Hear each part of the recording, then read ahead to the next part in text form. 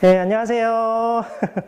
자, 코로나19로 인해서 온라인 수업을 여행지리 함께 진행하고 있는 우리 빛골 수업평가 지원단의 지리교사 김인철입니다. 지난 시간에 스테동쌤하고 학습하셨죠? 자, 이번 시간에는 세 번째 시간으로 지리정보 시스템을 활용한 여행에 대해서 같이 선생님하고 학습을 할 텐데요. 선생님이 첫 시간에 작년에 울릉도 여행 갔다 온 영상 보여드렸잖아요. 근데 울릉도만 간 게 아니라 제가 독도도 다녀왔기 때문에 이번 시간에는 독도 여행 갔다 온 영상을 같이 한번 보고 또 시작하겠습니다.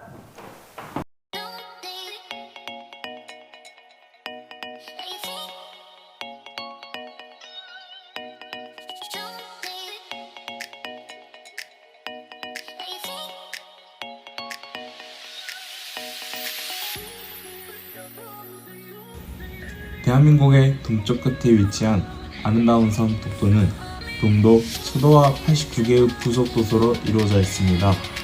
대한민국 천연기념물 제336호인 독도는 60여 종의 식물, 130여 종의 곤충, 160여 종의 조류와 다양한 해양생물의 서식지이며 동해안에 날아드는 철새들의 중간 기착지이기도 합니다.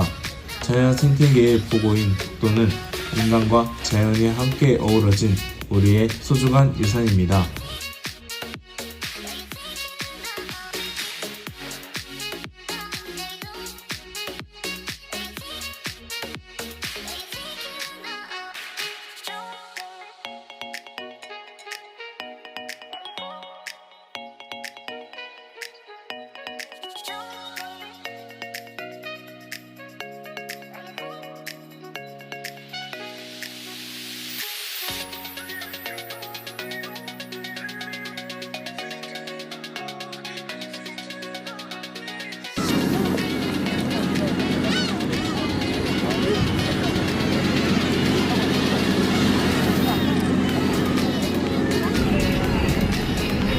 돌아나?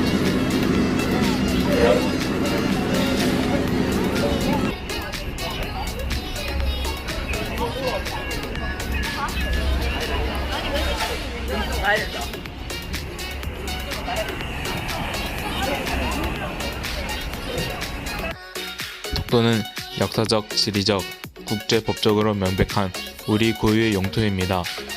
독도에 대한 영유권 분쟁은 존재하지 않으며 독도는 외교 교섭이나 사법적 해결의 대상이 될 수 없습니다. 우리는 우리의 소중한 땅 독도를 지켜나갈 것입니다.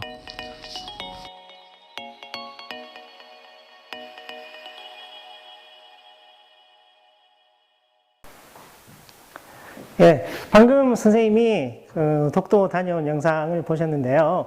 이 안에서도 지리정보 시스템을 활용한 것이 몇 가지 있었어요. 자, 그래서 이번 시간에 학습할 학습 목표를 살펴보면 다양한 지도 및 지리정보 시스템을 활용해서 여행에 필요한 정보를 얻을 수 있다라고 하는 것이 하나 있고요. 그리고 여행지 및 여행 경로에 대한 지리정보를 수집하고 정리, 조직을 할 수 있다라고 하는 두 가지 학습 목표를 같이 달성해 보도록 하겠습니다. 이게 선생님이 지리정보 시스템을 이용해서 울릉도를 해발 고도별로 표현한 겁니다. 수치 지도를 가지고 선생님이 직접 만든 지도고요. 이게 독도를 역시 마찬가지로 수치 지형도를 가지고 해발 고도에 따라서 표현한 내용입니다. 이와 같은 지도, 아까 선생님이 영상에도 넣었지만 이와 같은 지도들을 직접 만들어 볼 수 있는데 이것도 GIS, 지리정보 시스템의 한 일종이 되겠습니다. 우리가 여행을 가게 되면 먼저 그 지역에 대해서 제일 먼저 해보는 것이 뭐냐면 지도를 보통 보게 되죠. 그 여행지에 대한 정보를 많이 담고 있기 때문인데요. 자, 이게 우리 광주광역시 동명동의 골목 투어 관광을 나타내는 그림 지도입니다. 그래서 이렇게 그림으로 표현된 지도도 있고요. 또는 여기 지금 광주광역시 도심권을 나타내는 도로를 중심으로 표현해놨죠. 도로망도가 있고요. 그리고 여기는 이제 우리 무등산의 등산로를 표현한 등산로 지도가 되겠습니다. 그래서 우리 이 지도라고 하는 것은 그 지표 위에 여러 가지 나와 있는 공간 정보를 포함하고 있고, 또 여행을 갈 때는 우리가 그냥 흔히 접하는 그 도로 지도, 보통 이제 우리 내비게이션 이렇게 운전 아버님들 하실 때 보는 것들도 이제 도로를 중심으로 했기 때문에 도로 지도죠. 이런 것들은 우리가 일반도라고 합니다. 그리고 이제 어떤 그 특별한 주제를 가지고 만들어진 지도, 우리 관광지도, 그리고 또 지하철 노선도, 이런 것들은 이제 특별한 그 목적을 가지고 만들어진 지도이기 때문에 이런 것들은 우리가 주제도라고 합니다. 그리고 이제 스마트폰을 활용해서 다양한 지도를 여러분들 그 활용해서 여행지에 대한 정보를 먼저 습득하게 되죠. 그런데 이제 거기에 사용되는 것들이 뭐가 있냐면 이 바로 지리정보 시스템이라고 하는 것이 사용이 되고 있다라는 거예요.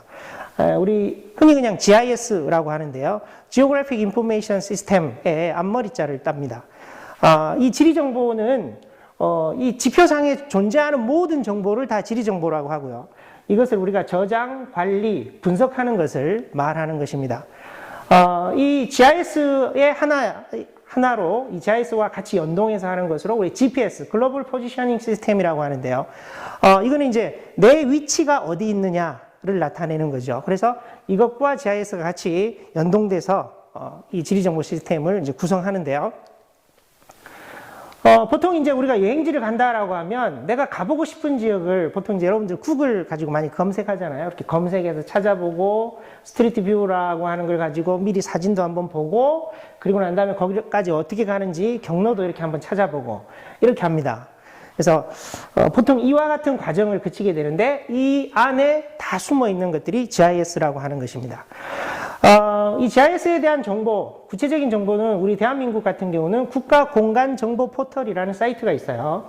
여기를 가면 많은 정보도 보실 수 있고 아까 선생님이 처음에 그 지형도 만든 것과 같은 이런 수치 지형도를 여기에서 얻을 수 있습니다. 그래서 이러한 그 사이트도 있고요. 우리 이 국가정보공간 포털을 자세히 살펴가 보면 이렇게 여기 지금 어디죠? 우리 광주광역시청이죠, 그죠? 우리 광주광역시청을 중심으로 한 이런 어떤 정보들이 이 안에서 또 볼 수 있습니다. 그리고 위치 기반 서비스하고 연동해서 사용하면요. 요즘 그 코로나19, 그죠? 그것 때문에 여러분들 지금 코로나가 어떤 현황인지 이렇게 지도 여러분들 쉽게 스마트폰으로 검색하실 수 있잖아요. 이게 바로 그 GIS, 지리정보 시스템을 활용한 사례가 되겠고요. 또 마찬가지죠. 마스크 재고, 공적 마스크가 어디 있느냐, 그 재고 확인하는 이러한 어플들도 다 지리정보 체계 시스템에 해당이 됩니다. 그럼 이와 같은 그 지리정보 시스템에 대해서 아까 국가정보 포탈이라고 하는 것에서 일괄적으로 확인하고 있다고 했는데요. 이것을 우리 그 국토교통부가 소개하고 있는 영상이 있어서요. 같이 한번 보겠습니다. 모르는 길을 찾아갈 때도 건물이나 토지의 정보를 확인할 때도 꼭 필요한 것. 그것은 바로 공간정보입니다. 이제 우리 생활 속 어디에서나 다양한 모습의 공간 정보들을 만날 수 있는데요. 이 수많은 공간 정보들을 만들기 위해서 국가에서는 오랜 시간 동안 많은 비용과 노력을 들여 투자해왔습니다. 하지만 공간 정보의 필요성에 공감한 기관들이 개별적으로 사업을 추진하면서 동일한 공간 정보들이 중복해서 생겨나고 예산 낭비의 문제도 발생하게 됐습니다. 이러한 문제를 개선하기 위해 시작된 범국가적인 해결 방안, 그것이 바로 국가공간정보체계입니다. 그렇다면 국가공간정보체계는 과연 어떤 변화를 가져올까요? 첫 번째로 누릴 수 있는 변화는 공간정보의 통합과 연계 공유입니다. 집을 짓거나 사업을 하면서 한 번쯤 부딪히게 되는 것이 인허가 문제죠. 지금까지는 인허가 민원의 처리에 많은 시간이 걸렸습니다.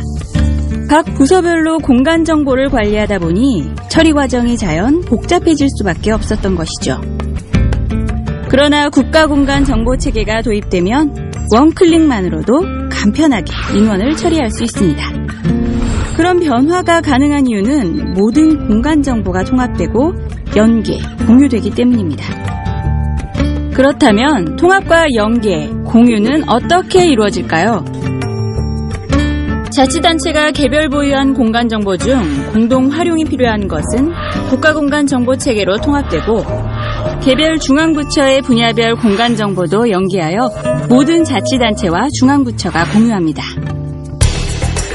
또한 센터를 중심으로 전국의 지자체와 중앙부처가 살아 움직이는 생명체처럼 연계되어 있어서 개별 시스템의 공간 정보가 갱신되는 경우에도 변경 내용이 바로 반영되고 항상 최신의 정보를 제공받게 됩니다.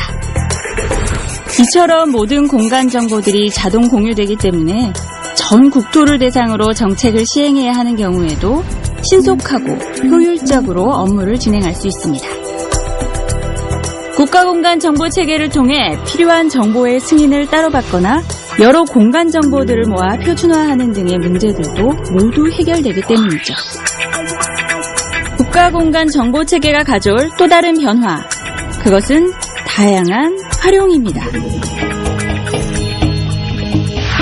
도시계획이나 국토개발과 같은 대규모 정책 사업을 진행할 때도 또한 운전이나 여행, 이사를 하는 생활 속에서도 수많은 공간 정보들이 필요하죠.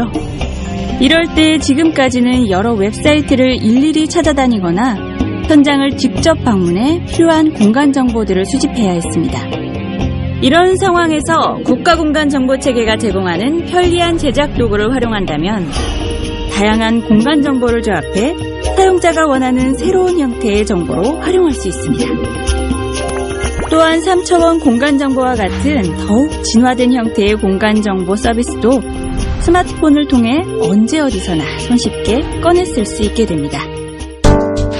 이처럼 국가공간정보체계는 언제나 신선한 재료, 쓰기 좋은 도구, 그리고 재료와 도구를 더욱 편리하게 사용하는 방법에 이르기까지 이 모든 것을 제공해줍니다. 지금까지 개별 GIS에서 이루어질 수 없었던 새로운 변화들이 바로 여러분의 눈앞에서 생생한 현실로 이루어지게 될 것입니다. 새로운 편의성과 가치를 열어줄 국가공간정보체계, 바로 여러분의 미래입니다. 예, 자, 방금 국가공간정보체계에 대한 영상을 보셨습니다. 우리가 국가공간정보체계는 우리가 앞에서 우리가 GIS라고 했는데 앞에 N, National이라는 말을 붙여서요. NGIS 이렇게 부르기도 합니다. 그럼 이제 여행지에서 그 지리정보의 수집과 정리는 어떻게 할 건가에 대해서 한번 살펴볼 건데요. 우리가 여행 전에는 먼저 살펴봐야 될 것이 내가 가는 나라가 어떤 그 상황인지를 알아야겠죠. 거기에 대한 정보라든지 또는 여행자 보험, 그리고 인문환경과 자연환경과 같은 이런 정보들이 필요합니다. 그리고 이제 여행 중에는 내가 뭐 어떻게 이동할 것이며 어느 경로를 통해서 이동할 건지, 그리고 여행 중에는 또 어떻게 안전하게 이동할 것인가 라고 하는 것들을 우리가 찾아봐야겠죠. 그래서 이러한 정보들은 여행에 꼭 필요한 정보이기 때문에 여러분들이 주의해서 살펴보셔야 되겠습니다. 그럼 이러한 것들은 어떻게 또 확인할 거냐? 우리 SNS 누리소통망 서비스라고 하죠. 이 누리소통망 서비스 애플리케이션을 이용해서 여행지를 찾아보고 검색해 보고요. 그리고 여러 가지 이런 찾다 보면 또 이렇게 여러 가지 위치 정보 확인을 묻는 메시지 이런 것들도 이제 나타나기도 하죠. 그래서 여행을 할 때는 내가 여행지에 대한 어떤 정보 이런 것들을 확실하게 알고 여행을 할 수 있도록 해야겠습니다. 이번 시간에 학습한 내용을 잠시 옮겨서 칠판에서 선생님이 다시 한번 정리를 해드릴게요. 그 지리정보를 이용한 그 여행에 대해서 저희가 살펴봤는데 같이 한번 요약해 보겠습니다. 먼저 지도와 여행을 우리가 학습하면서 관광지도, 그리고 뭐 도로지도, 지하철 노선도 이와 같은 지도가 있다고 우리가 배웠죠. 특히 그 지하철 노선도 같은 경우에는요, 1935년에 영국 런던에서 최초로 보급이 됐는데, 헤르백이라고 하는 이 전자공학도가 전자회로에서 아이디어를 얻어서 이 오늘날과 같은 지하철 노선도를 만들었다고 합니다. 그리고 이제 두 번째로 지리정보 시스템의 활용에 대해서 우리가 학습을 했는데요. 먼저 위치 기반 서비스, 우리 흔히 말해서 GPS라고 하죠. 지금 여러분들 스마트 기기를 활용한 것들이 대부분 이 GPS를 이용한 위치 기반 서비스가 되겠습니다. 그리고 이제 증강현실. 증강현실이라고 하는 것은 그 실세계와 그래픽 형태의 가상현실이 결합되어서 실시간으로 제공되는 것을 말하고요. 세 번째로는 우리가 이제 가상현실이라고 해서요. 이것은 현실 세계일 수도 있고 상상 세계일 수도 있는데 어쨌든 이것을 다 가상으로 조성해 놓은 것을 우리가 가상현실이라고 합니다. 그리고 이제 세 번째로 우리 여행지 지리정보 수집과 정리를 어떻게 할 것이냐. 여행에 필요한 정보를 먼저 수집을 해야겠죠. 그래서 안전에 대한 정보라든지 보험에 대한 정보라든지 또는 그 여행지별로 해서는 안 되는 게 있죠. 금기사항이라든지 또는 뭐 인문정보, 자연정보, 종교정보, 문화정보, 기후정보 이런 여러 가지를 여행 전에 확인을 하셔야 되겠습니다. 여행에 되는 도움이 될 수 있는 그런 많은 애플리케이션이 있는데요. 해외 안전여행이나 스마트 투어 가이드, 이와 같은 것은 우리 외교부에서, 정부에서 운영하고 있는 것이고요. 또 한국관광공사, 이런 정부에서 운영하고 있는 것이고, 대한민국 구석구석, 이것도 대한민국 우리 국내 여행에 주로 많이 이제 하죠. 한국관광공사에서 운영하고 있는 겁니다. 이외에도 뭐 다양한 애플리케이션 여러분이 다 잘 알고 계실 거라고 생각합니다. 그리고 세 번째로는 그러면 정보 수집과 정리, 우리가 여행을 가는 것은 여행을 통한 성찰이고 성장이라고 했잖아요. 그걸 이루기 위해서는 여행지에서 얻은 정보를 잘 수집하고 정리하셔야 됩니다. 정리하는 방법은 날짜별로 뭐 사진을 찍어서 정리할 수도 있고요. 또는 여행지별로 정리할 수도 있겠죠. 다양한 방법에 의해서 정리를 할 수 있습니다. 자, 지리정보 시스템을 이용해서 여행을 즐겁게 또 안전하게 할 수 있는 방법에 대해서 학습을 했고 한번 선생님이랑 같이 요약해 봤습니다. 네. 자, 이제 확인 학습을 같이 한번 해보겠습니다. 이번 시간에 학습한 내용을 여러분들 확인한다는 의미에서 여행에 필요한 정보를 담고 있는 지도 그리고 지리정보 시스템의 사례를 찾아서 한번 여러분들이 제시해 보시고요. 그리고 자신이 여행하고 싶은 여행지를 선정해서 그곳에 대한 지리정보를 수집하고 정리해서 발표문을 작성해서 발표를 한번 해보셨으면 합니다. 이번 시간에 선생님하고 같이 학습한 내용은요. 역시 여행지리는 천재교과서를 사용했고요. 우리 광주광역시청의 문화관광 홈페이지, 또 동구문화관광 홈페이지, 그리고 국가공간정보 포털 홈페이지를 활용했습니다. 좀 더 상세한 학습을 하시고 싶으면 이걸 한번 찾아서 같이 한번 보시면 되겠고요. 다음 시간에는 1단원의 마지막 소단원인 바람직하고 안전한 여행의 계획에 대해서 우리 서태동 선생님이 또 함께 하시겠습니다. 코로나로 힘들지만 우리 광주교육은 여러분들 응원하고요. 서로 믿고 우리 선생님들 또 우리 학생들 서로 믿고 또 우리 학부모님들 믿고 화이팅 했으면 합니다. 우리 광주교육 화이팅입니다.